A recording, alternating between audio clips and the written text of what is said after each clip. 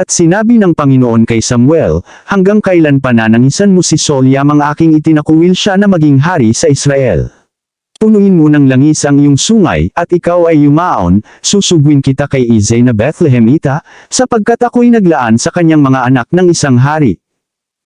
At sinabi ni Samuel, paanong ako'y paroroon?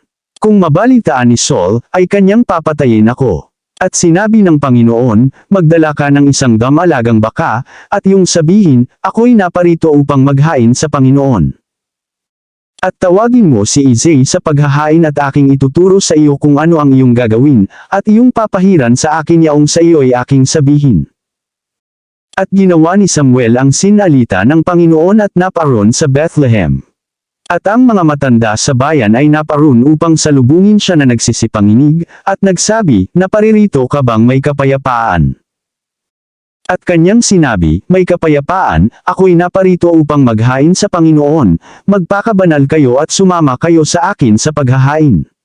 At pinapagbanal niya si Isai at ang kanyang mga anak, at tinawag niya sila sa paghahain. At nangyari, nang sila'y dumating na siya'y tumingin kay Eliab, at nagsabi, tunay na ang pinahiran ng Panginoon ay nasa harap niya. Ngunit sinabi ng Panginoon kay Samuel, huwag mong tingnan ang kanyang mukha, o ang taas ng kanyang kataasan, sapagkat aking itinakuwil siya, sapagkat hindi tumitingin ang Panginoon na gaya ng pagtingin ng tao, sapagkat ang tao ay tumitingin sa mukha, ngunit ang Panginoon ay tumitingin sa puso.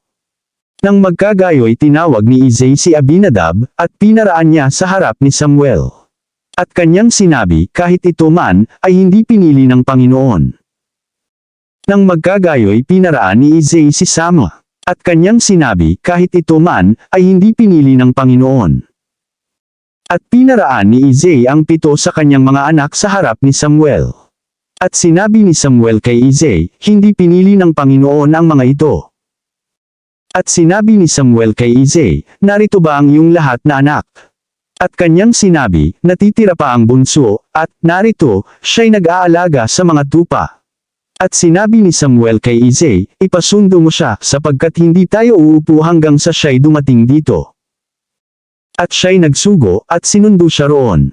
Siya nga'y may mapulang pisngi, may magandang baikas, at mabuting anyo. At sinabi ng Panginoon, tumindig ka, pairan mo siya ng langis, sapagkat ito nga. Nang magkagayo'y kinuha ni Samuel ang sungay ng langis, at pinahiran siya sa gitna ng kanyang mga kapatid, at ang Espiritu ng Panginoon ay makapangyarihang sumakay David mula sa araw na yaon hanggang sa haharapin. Gayon bumangon si Samuel at napasa Rama. Please like, follow, and share. Thank you.